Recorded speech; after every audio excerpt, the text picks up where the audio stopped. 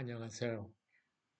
요새 날씨가 너무 좋은 것 같습니다. 그러나 아직도 가을 초입인 것 같은데 많이 덥군요. 요새 저는 나름대로 최선을 다해서 은퇴한 나이지만은 하나님이 사용해 주셔서 지난 금요일은 가데나에 있는 어느 교회에 설교하러 다녀왔고 또 지금은 수요일 날 저녁에 목요일 날 낮에 각각 두 교회에서 성경 공부를 인도하고 있습니다.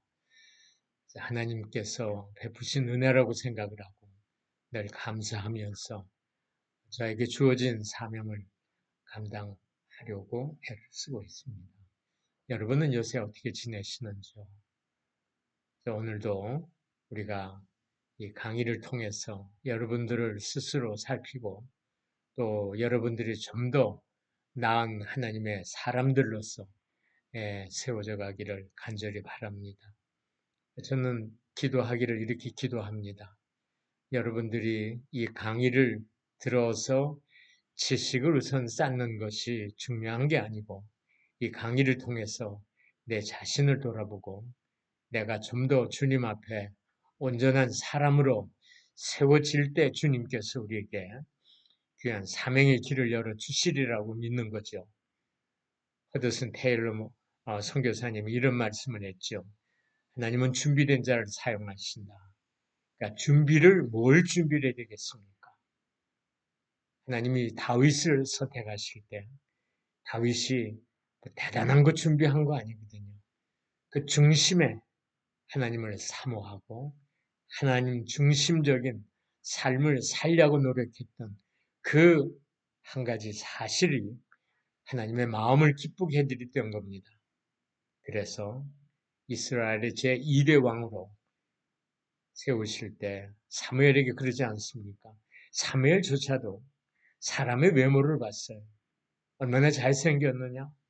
얼마나 대단히 사람들에게 인기를 받을 수 있는 모습이냐? 그러나 하나님은 그걸 보시지 않았죠.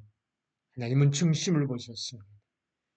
저는 여러분의 중심이 하나님이 기뻐하는 사람, 인격으로 만들어져 가기를 간절히 바라며 우리가 가정 예배 때마다 하나님 앞에 기도드리고 있습니다. 우리 강의 시작하기 전에 잠깐 기도하고 시작할까요? 아버지 하나님 고맙습니다. 오늘도 이 배움의 길에 서 있는 사랑하는 당신의 참 부름 종들을 불쌍히 보시고 이들이 이 마지막 혼란한 시대에 어두워져가는 시대에 하나님의 귀한 일꾼들로서 잘 준비되어서 사용될 수 있도록 축복해 주옵소서. 오늘도 이 강의를 통해서 사랑하는 의원들 마음에 큰 은혜를 입혀주시기 바라며 우리 주님 앞에 아름다운 주의 일꾼들로 잘 준비되어 세워질 수 있도록 축복해 주옵소서. 예수님의 이름으로 기도합니다. 아멘.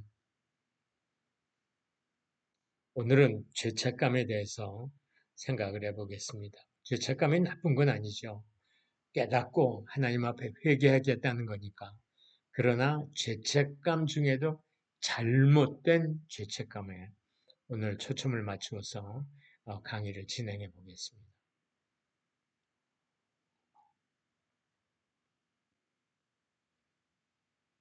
인간은 용납되지 않는 행동을 했을 때 죄책감이나 부끄러움을 느낍니다. 이러한 부끄러움은 어디에서 시작되는 것일까요? 동물에게는 부끄러움이라는 감정이 없습니다. 원시 인류 또한 이런 감정이 없었습니다. 분노, 우울, 불안 등의 감정과 달리 부끄러움과 죄책감은 문화를 지닌 인간에게만 주어지는 감정입니다. 의식혁명의 저자 데이비드 호킨스는 그의 책 놓아버림에서 모든 병의 근원이요 자신을 쪼그라들게 만들고 인간의 삶을 가장 피폐하게 만드는 주범은 죄책감과 죄의식이라고 했습니다. 죄책감은 수치심과 더불어 부정적 감정들의 가장 밑바닥에 깔려 있으면서 교묘하게 자신을 위장하여 합리화시키는 재주를 갖고 있습니다. 죄책감은 인간의 양심과 밀접한 관계가 있는데 흔히 미안함이나 남에 대한 배려심이라는 포장을 하고 표현되는 경우가 많습니다. 사실 그렇죠. 에, 자기가 잘못한 것을 이렇게 참 숨기기 위해서 어, 미안하다든가 또는 잘해준다든가 우리가 부모님들이 자녀들에게 혹 그렇게 행동을 할 수 있으리라고 생각을 합니다. 부모님이 분명히 실수를 하셨어요. 그런데 그 실수를 덮기 위해서 자녀에게 용돈을 더 준다든가 또는 뭘 사준다든가 어디를 데려간다든가 이런 것들은 아주 교묘한 그런 위장술이라고 생각을 합니다. 죄책감이란 뭡니까? 죄책감이란 저지른 잘못이나 죄의 책임을 느끼거나 자책하는 마음을 말합니다. 인간이라면 누구나 죄책감을 느끼며 삽니다. 왜냐하면 인간은 완전하지 못한 존재이고 늘 시행착오를 겪으며 살아가고 있기 때문에 그렇습니다. 부모님에 대한 효를 다하지 못한 죄책감, 친구나 직장 동료 그리고 이웃의 마음을 아프게 했던 죄책감, 자녀를 올바르게 교육하지 못한 부모가 갖는 죄책감, 교회 안에서 성도들과 지도자들의 마음을 아프게 했던 죄책감, 그리고 이웃을 미워하고 시기하며 모함했던 것에 대한 죄책감. 이 외에도 우리는 수많은 죄책감 속에 살아가고 있다고 해도 과언이 아닙니다. 그렇다고 죄책감이 다 나쁜 것은 아니죠. 적절한 죄책감을 갖고 있는 것은 오히려 바람직하지요. 예를 들어 내가 잘못함으로 인해 누구에게 피해를 주었다면 준 만큼 죄책감을 느끼는 것은 당연한 겁니다. 적절한 죄책감이죠. 그러한 경우 상대방에게 용서를 구하고 보상함으로 인해서 죄책감에서 벗어날 수가 있습니다. 그런데 많은 사람이 생각 외로 부적절한 죄책감을 가지고 있는 경우가 많습니다. 잘못한 결과로 일어난 일이 끝이 났고 이미 죄를 뉘우쳤음에도 불구하고 여전히 죄의식을 가지고 살아가는 사람들이 있습니다. 그것을 거짓 죄책감이라고 부르기도 하는데 객관적으로 볼 때 자신이 전혀 어떻게 할 수 없이 생긴 결과에 대해서도 자신을 판단하여 죄의식을 갖는 경우를 말합니다. 예를 들면 누군가의 기대를 채워주지 못한 경우에 죄의식을 갖는 경우가 있죠. 지금의 상황에서는 할 수 없는 일이어서 노라고 말했지만 상대방의 기대를 채워주지 못했기에 마음의 죄의식을 갖는 경우입니다. 특히 가족 안에서 자녀들과 부모 사이에 이런 죄책감들이 생겨나기가 쉽습니다. 자녀가 예를 들면 부모에게 뭐를 사달라고 요구했습니다. 그러나 사줄 수도 있는데 그것을 여기서 지금 얘기하는 대로 다른 핑계를 대서 사주지 않았다. 그러나 걔에게는 그게 꼭 필요했다.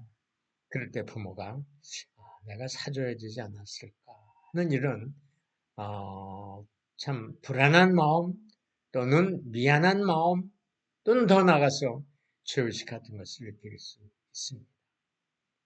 죄의식의 저자 얼스는 죄의식은 분노, 우울, 신체적 증상, 사회적인 부정응, 약물남용 또는 정신병에 이르는 문제까지 동반할 수 있다고 합니다.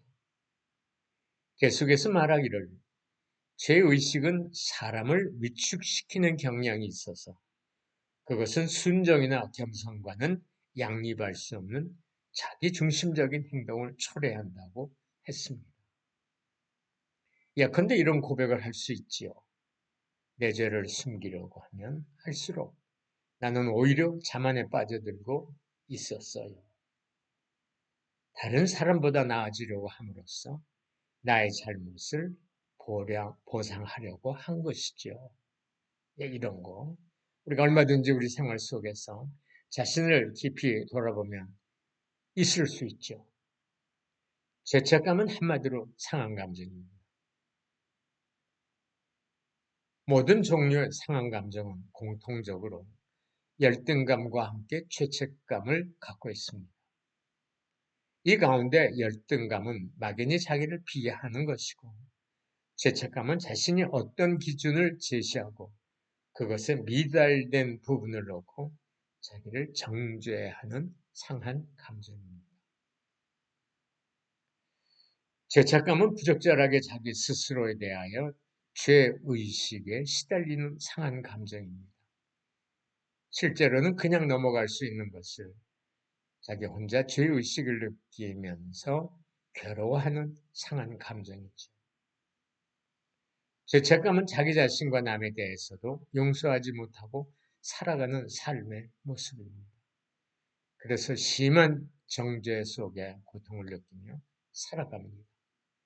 그러므로 용서를 통한 기쁨을 느끼기보다는 정죄를 통한 두려움을 많이 느끼는 내면성을 갖고 있습니다.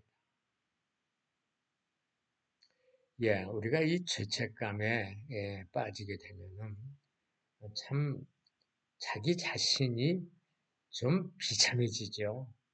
그리고 자기 자신이 나는 이런 인간밖에 안 돼. 내가 왜 이러지? 하면서 스스로 자괴감을 느낄 때가 많습니다. 예. 그래서 자기를 심하게 정죄하고 비판하고 자기 자신에 대해서 너무 심할 정도로 참 뭐라 그럴까요? 자기 비하를 하는 그런 경향이 있습니다. 죄책감과 수치심의 그러면 차이점은 뭐냐?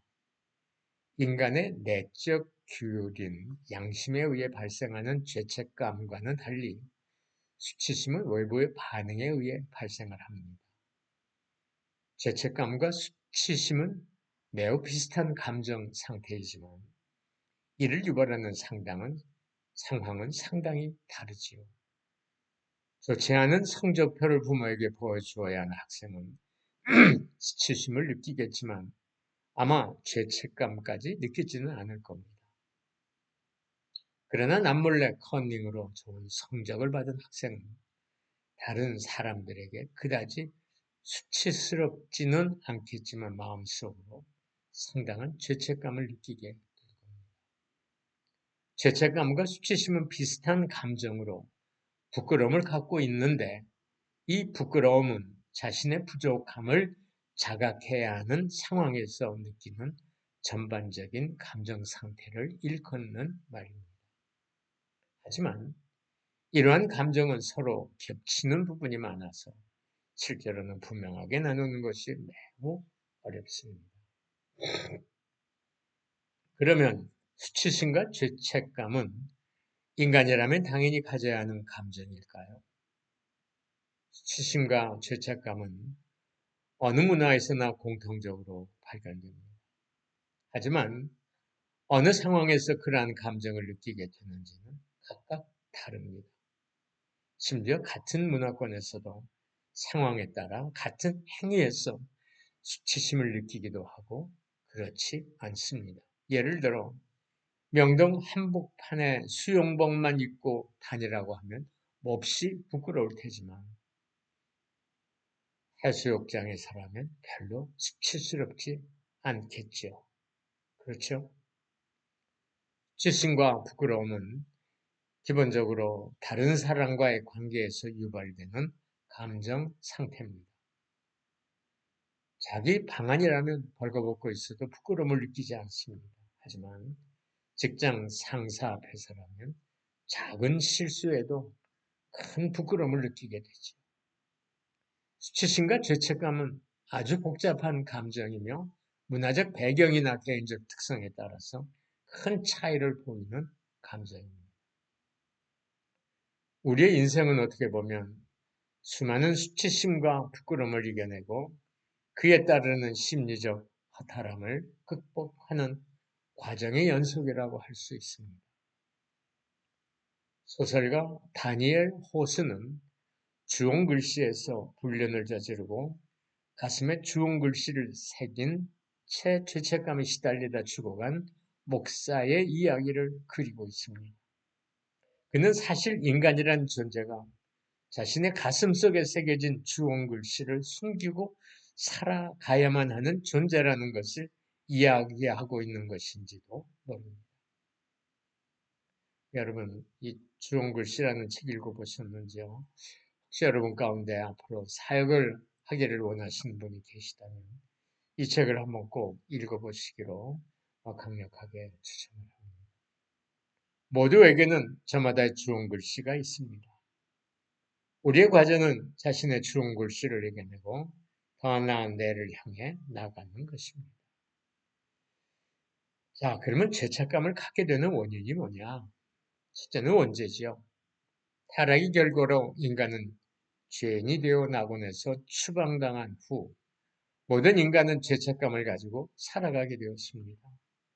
원죄가 꽉 찬 세상은 자기 중심이 되어 자기를 지키는 방법으로 남에게 죄책감을 강요하는 세상이 되었고 이것은 어린 시절부터 계속이 되어 결국 사람들이 죄책감에 시달리도록 만들었습니다. 두 번째, 가정 환경입니다. 깨진 과정. 가정의 결손은 부모의 마음뿐 아니라 자녀에게도 깊은 죄책감을 넣어줍니다. 특히 부모가 결손의 책임이나 문제를 자녀에게 조금이라도 전가한다면 상태는 더 심각해지죠. 너 때문이야. 글쎄, 이 통계 자료가 정확한 건지는 잘 모르겠습니다만,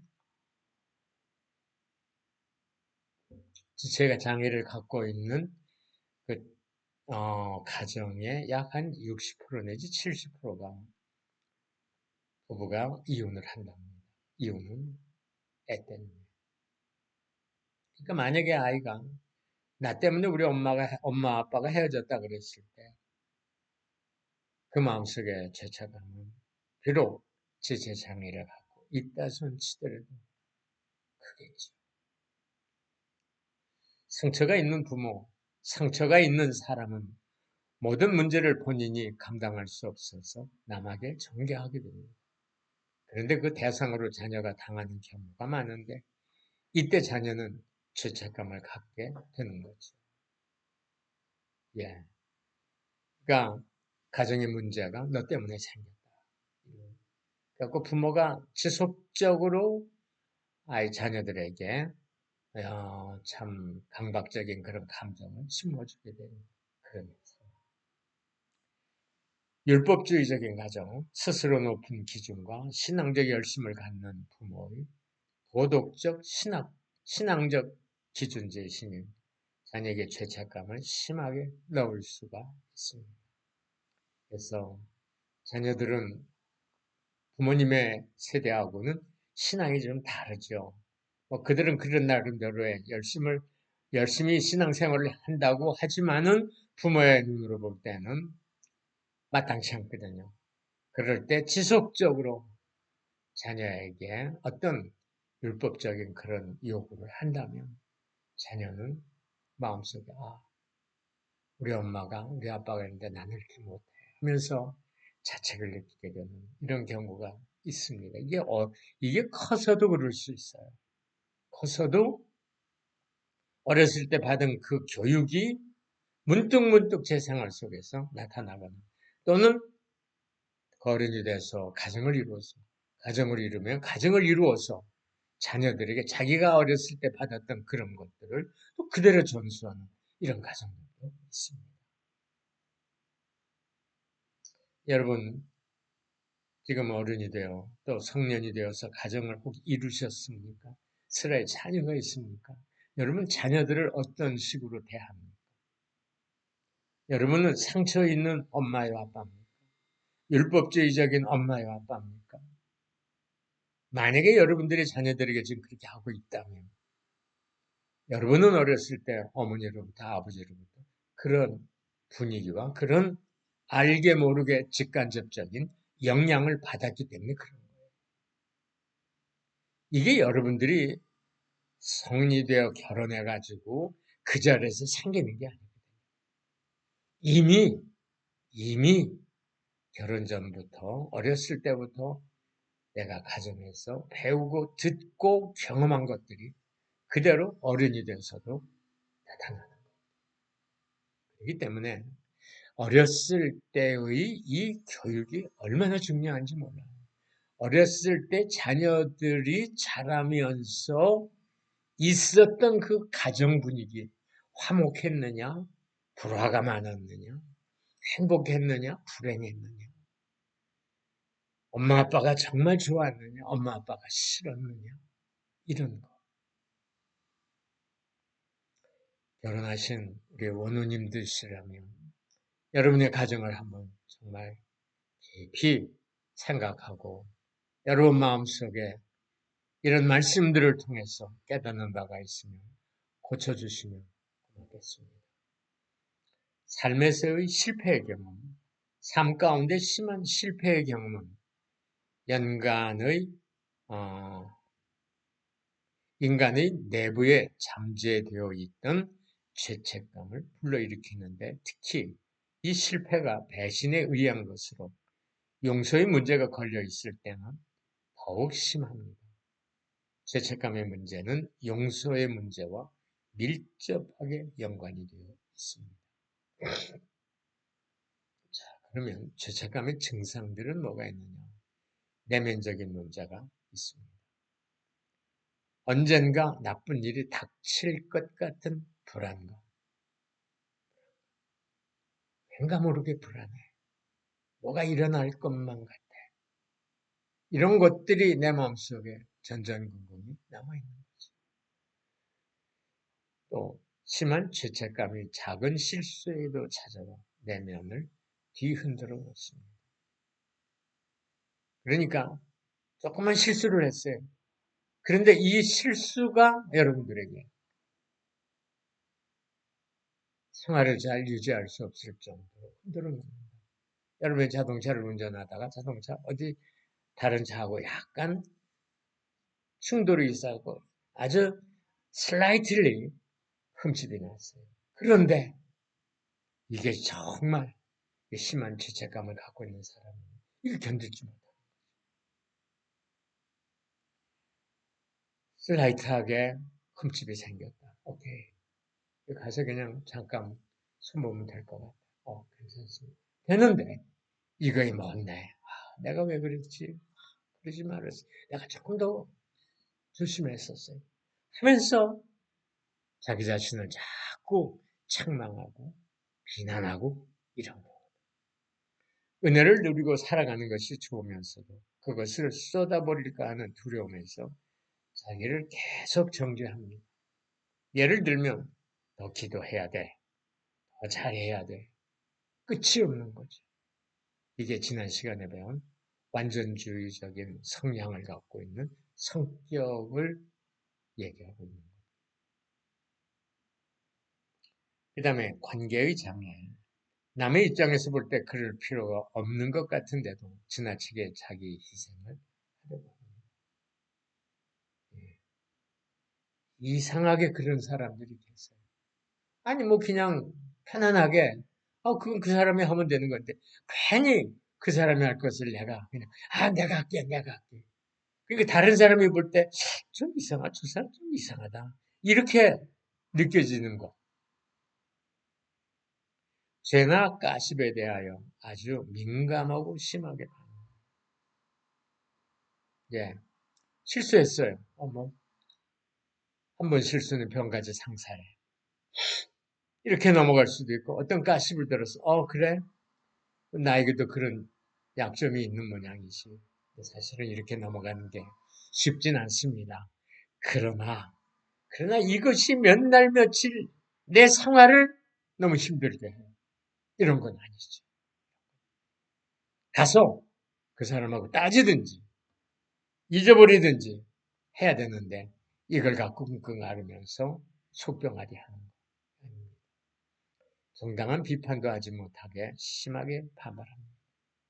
그리고 본인은 그것 때문에 혼자 괴로워하죠. 영적인 장애, 하나님의 은혜를 온전히 누리지 못합니다. 이런 분들은 신앙이 온전하지 않아요. 그러니까 온전하지 않다는 건 뭐냐면 은혜를 받았다가 금방 써요.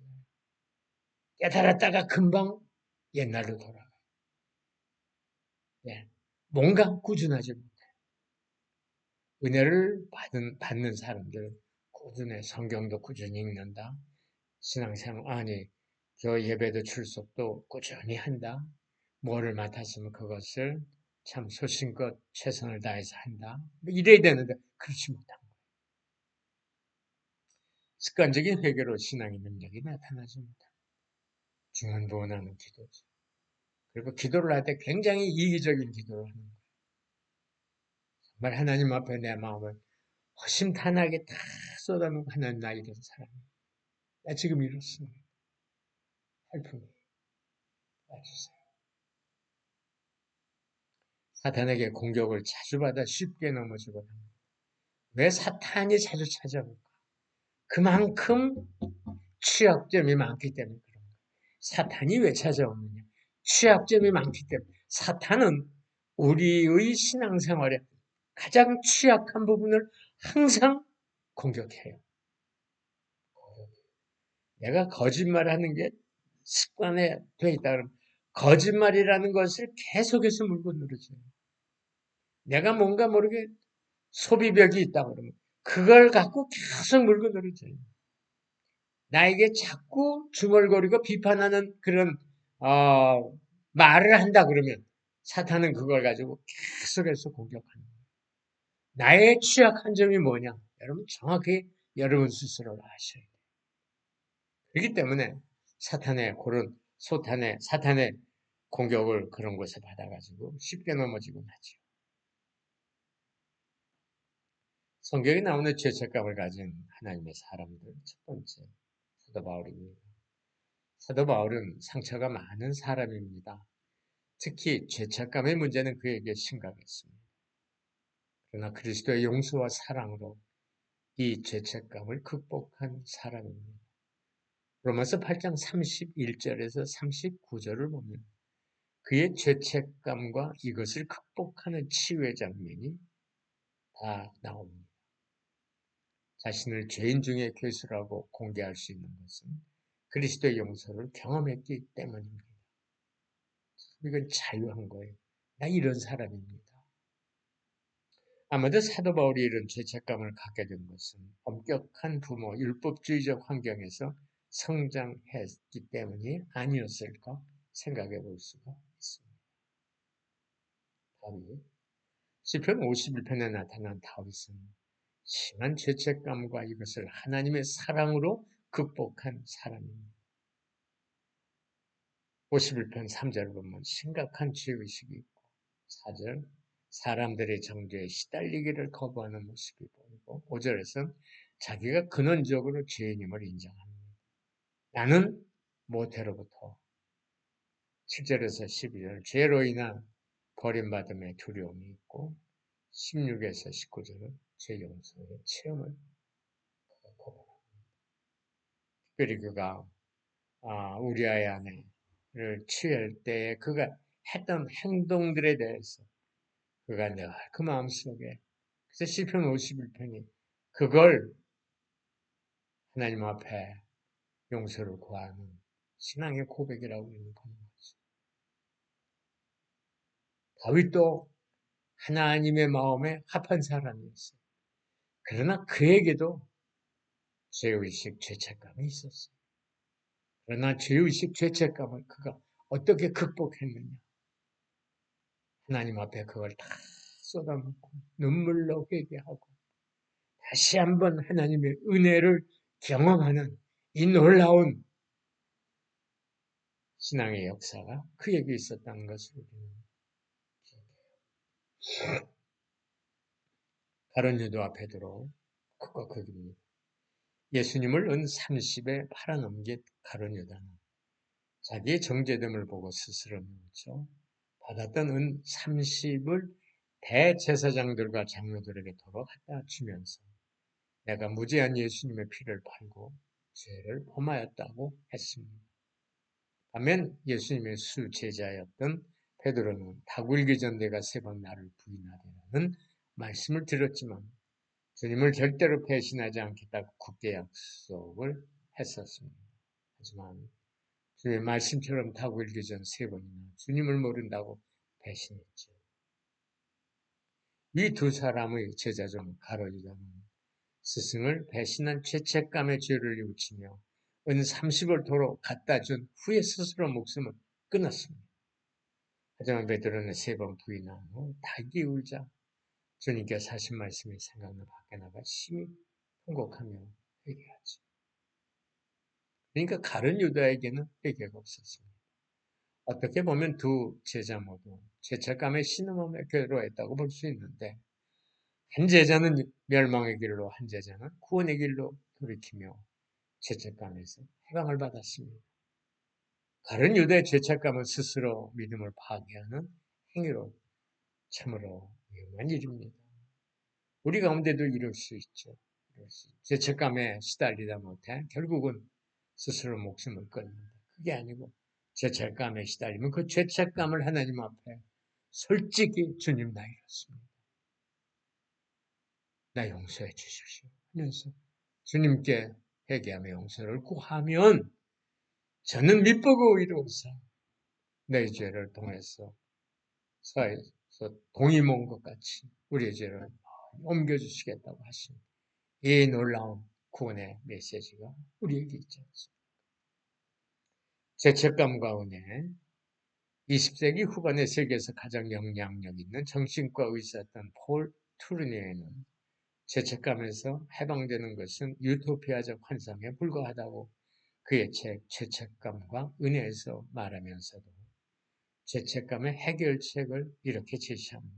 먼저 양심의 억압, 반사적 자기 합리화, 타인에게 죄책감을 투사하는 것은 거짓된 해결 방법이라고 말하면서 심리학적 관점이나 성경적 입장에서 유일한 해결책은 자신의 책임을 받아들이고 자신이 죄임을 진정으로 인식하고 회개하며 회개하는 자에게 주시는 하나님의 용서를 받아들이는 것이라고 말했습니다. 지극히 성경적이죠.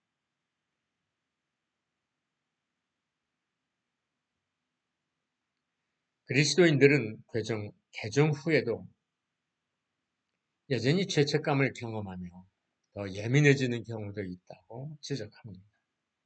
로마서 7장에서 바울이 내가 원하는 바 선은 하지 아니하고 도리어 원치 아니하는 바 악은 행하는도다. 오라나는 공고한 사람이로다 라고 말한 것을 보면 바울도 이 문제로 인해 얼마나 고통스러워했는지 알 수 있습니다. 그러나 이어서 바울은 우리 주 예수 그리스도로 말미암아 하나님께 감사하리로다.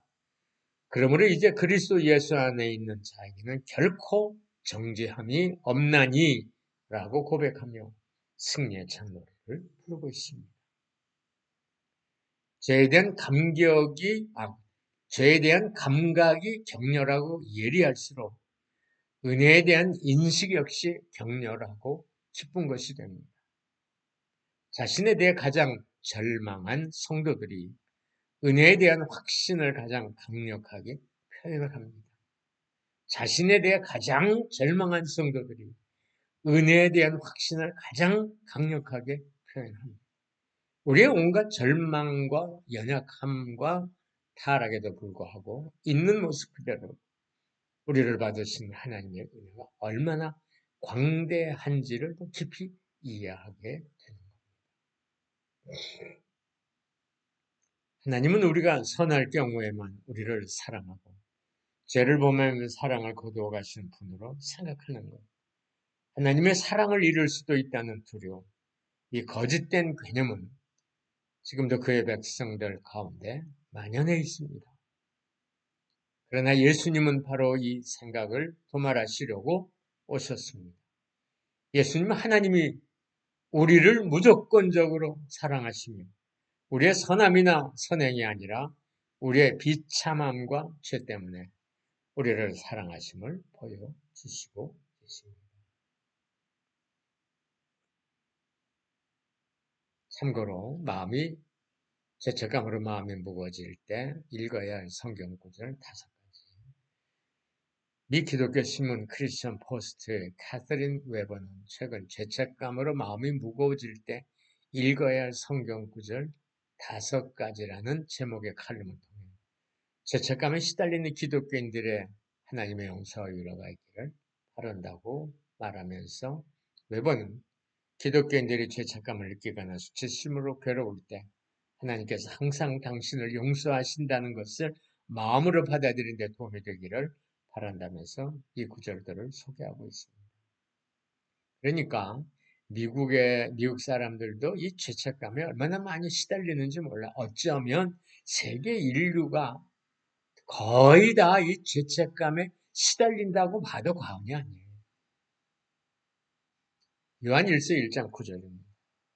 만일 우리가 우리 죄를 자백하면 저는 미쁘고 의로우사 우리 죄를 사하시며 모든 불의에서 우리를 깨끗게 하실 것이요. 우리 죄를 자백하면 이게 전제예요. 자백하면 하나님은 어떤 분이냐? 미쁘고 의로우신 분이기 때문에 우리의 죄를 우리가 고백한 죄를 용서해 주시고 모든 불의한 일에서 우리를 깨끗하게 해주신다. 요한일서 2장 5절. 우리가 저에게서 듣고 너에게 전하는 소식이 이것이니 곧 하나님은 빛이시라 그에게는 어둠이 조금도 없으시니. 그러니까 우리가 만약에 죄책감으로의 마음이 어두워졌다면 어디로 가야 됩니까? 하나님을 향하여 가야 나가죠. 그럴 때 하나님의 빛이 우리에게 강렬하게 비치겠죠. 그러면 우리 속에는 어둠이 다 드러나겠죠. 그럴 때 우리는 어떻게 합니까? 하나님 앞에 무릎 꿇고 회개하는 거죠. 그러면 앞에서 말씀하신 대로 저는 미쁘고 의로우사 우리 죄를 사하시고 우리는 모든 불의에서 깨끗하게 하신다. 로마서 5장 1절이요. 그러므로 우리가 믿음으로 의롭다 하심을 얻었은즉 우리 주 예수 그리스도로 말미암아 하나님으로부터 화평을 누리자. 우리가 의롭다 하심을 받았어요. 뭐로? 믿음으로. 그러니까 우리는 어떤 정체성을 갖습니까? 우리는 죄인이 아니고 의인이에요. 그렇기 때문에 의인으로서 예수 그리스도로 말미암아 하나님과. 그러니까 이제는 우리가 하나님을 만날 수 없었고 볼 수 없었고 가까이 할 수 없었지만은 우리가 이제 예수 그리스도로 말미암아서 우리가 의롭다함을 받았으니 의인이 되었으니 이제는 죄인이 아니에요. 그러니까 하나님 앞에 당당하게 은혜의 보좌 앞에 나갈 수 있고 하나님과 화목을 도모할 수 있다는 말씀이죠.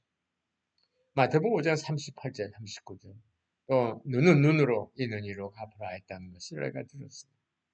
나는 너희에게 이르노니 악한 자를 대적지 말라. 누구든지 내 오른편 뺨을 치거든 왼편도 돌려다.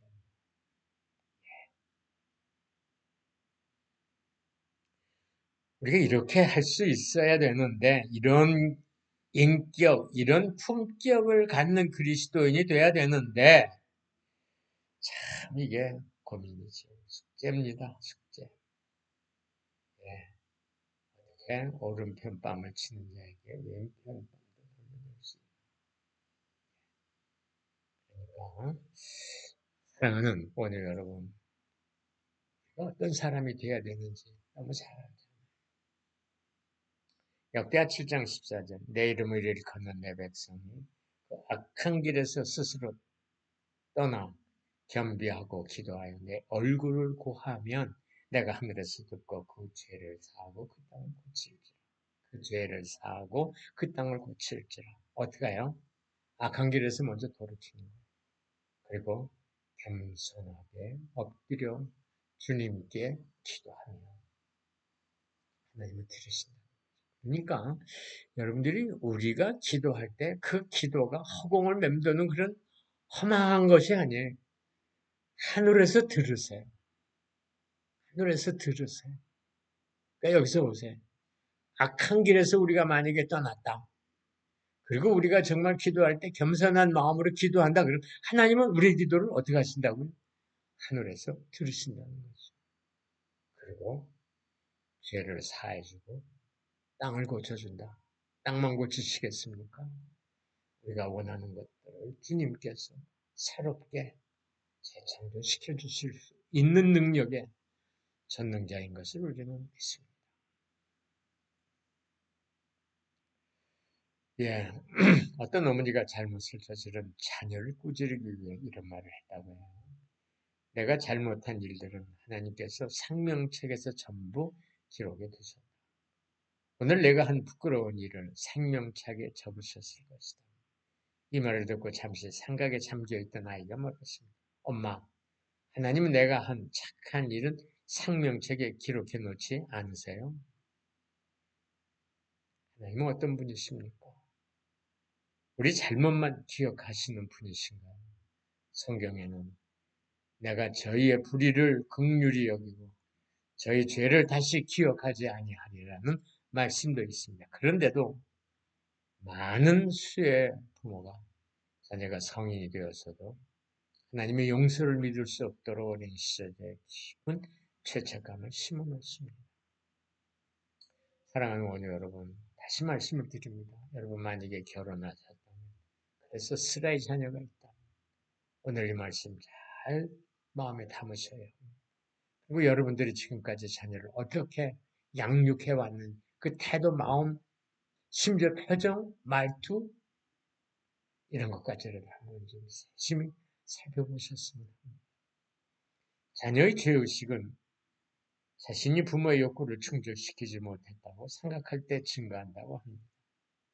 미혼 남녀 1,000명을 대상으로 언제 아버지께 죄송했는가라는 설문조사를 했는데 남성 응답자 가운데 33%가 아버지 기대에 못 미쳤을 때라고 대답을 했고 여성 응답자 가운데 23.8%가 늦게 귀가할 때라고 응답을 했다. 엄마가 너 때문에 골치가 아프다. 내가 고생하는 것은 다 너희들 때문이다. 성적이 이게 뭐냐? 내가 헛고생을 하고 있고 내가 너를 남들만큼 못 먹였냐? 달리기 달리기는 왜 꼴찌를 하니? 봄에 이런 말들이 자녀의 죄의식을 부추깁니다. 봄의 지나친 설교는 자녀가 자신을 나쁜 아이라고 생각하고 부모가 자신을 신뢰하지 않는다고 생각하도록 하기 쉽습니다. 어린 아이든 어른이든 죄책감에 시달릴 때 스트레스를 가장 많이 받습니다. 죄의식은 우리의 삶을 피폐하게 만듭니다. 데이빗 벨쿰 박사는 신체 질병으로 입원한 사람 중 75%는 정서적 문제 때문에 병에 걸린 것이고 환자들은 병을 핑계 삼아 자신을 스스로 학대하고 있다고 말했습니다. 또 그들의 경험에는 신체적 증상과 문제는 자신도 모르게 생긴 죄책감 때문이라고 말하고 있습니다. 인간이 온전한 인생을 살려면 네 가지 기본적 욕구가 채워져야 하는데 그것은 죄책감에서 벗어나고 싶은 욕구, 삶의 의미를 느끼고 싶은 욕구, 사랑하고 사랑받고 싶은 욕구, 용서하고 용서받고 싶은 욕구라고 말합니다. 특히 죄책감은 자신감을 빼앗고 자아 개념을 낮추며 사람을 신경질적으로 만듭니다. 부모가 자녀에게 주는 죄의식은 부모와 자녀 사이의 골을 깊게 만듭니다. 자녀는 자신이 사랑하는 부모에게 상처를 준다는 사실 때문에 부모를 점점 부담스럽게 느끼고 결국 그 부담감은 부모를 떠나고 싶게 만듭니다. 아이들은 힘을 못 쳐서 친구와 싸움을 해서 유리창을 깨서 등등 작은 일에서부터 매일매일 죄책감을 느낍니다. 이럴 때 엄마 아빠가 자신을 이해하고 받아들인다고 느낄 수 있도록 자녀에게 더욱한 포용력을 가지고 대해야 합니다. 그러면 자녀는 자신이 부모에게 사랑받고 있을 뿐만 아니라 용서받을 수 있다는 것을 알고 더욱 자유롭게 자라날 수가 있습니다. 또 그런 과정에서 삶의 진정한 의미와 사랑과 용서를 배우게 되는 겁니다. 가족 구성원이 서로 사랑하고 서로 용서할 때 그 가정은 안정되고 각계는 아름답게 성장을 하게 됩니다.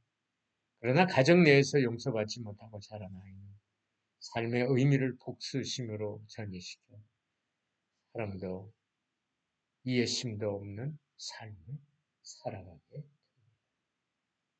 사람들은 남에게 해를 끼치면 죄책감을 갖게 되고 그 죄책감을 감수시키기 위해 상대에게 해를 끼친 만큼 보상하려는 심리가 있습니다.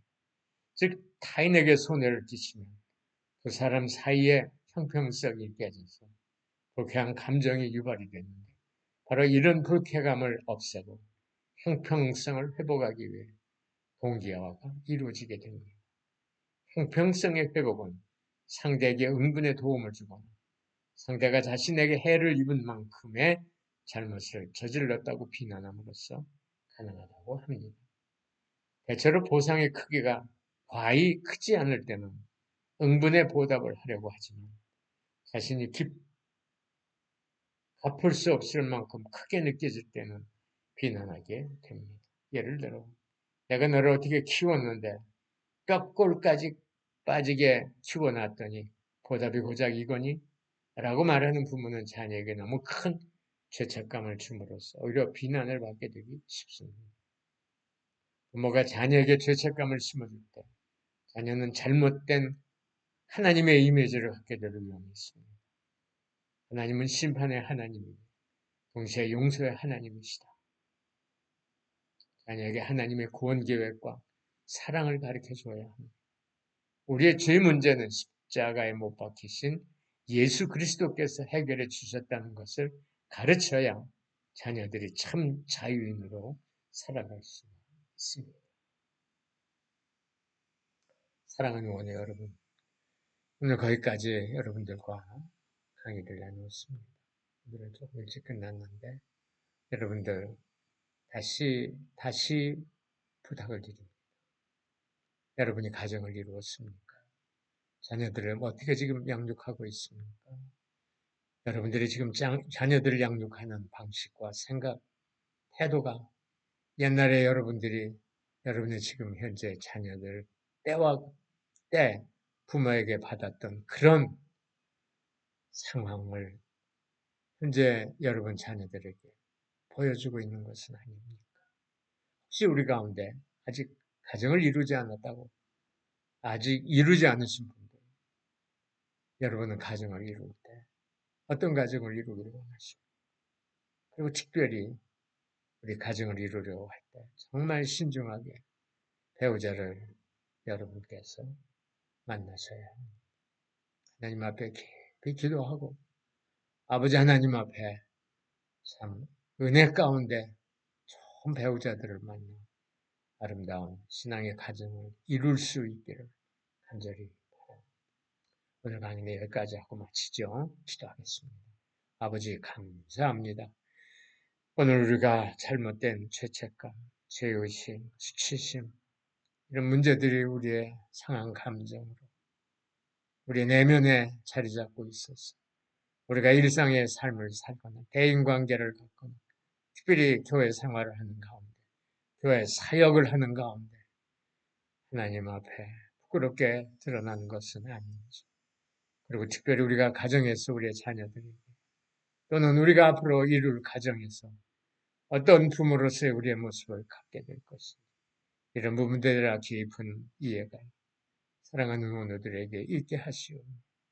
아무쪼록 우리 주님이 기뻐하시니 죄책감이나 죄의식이나 수치스러움부터 자유해서 우리 주님이 사랑하시고 우리 주님이 우리를 위해서 십자가에서 못 박혀 고통 속에 우리를 구원하시기 위해 우리의 모든 죄책감으로 죄의식으로부터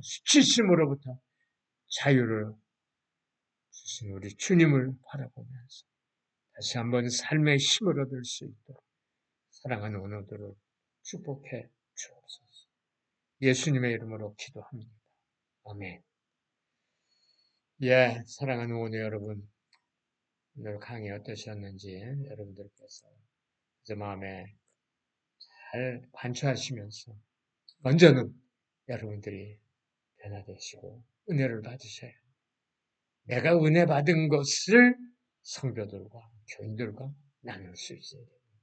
내가 은혜 받지 못한 것을 성도들과 나누는 것은 어렵습니다. 이거는 가식입니다. 그러니까 목사님들도 설교를 하시는데 그 설교를 준비하시는 가운데 내가 은혜를 받은 말씀을 들고 다녔을 때 은혜가 되는 거예요.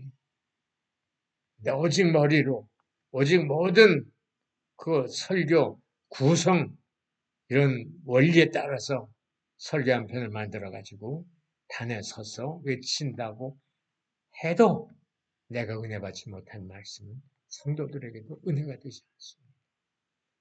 잘 명심하셔야 그리고 우리 주님이 기뻐하시는 그런 하나님의 사람들로 잘 준비되시기를 주님의 이름으로 축복합니다.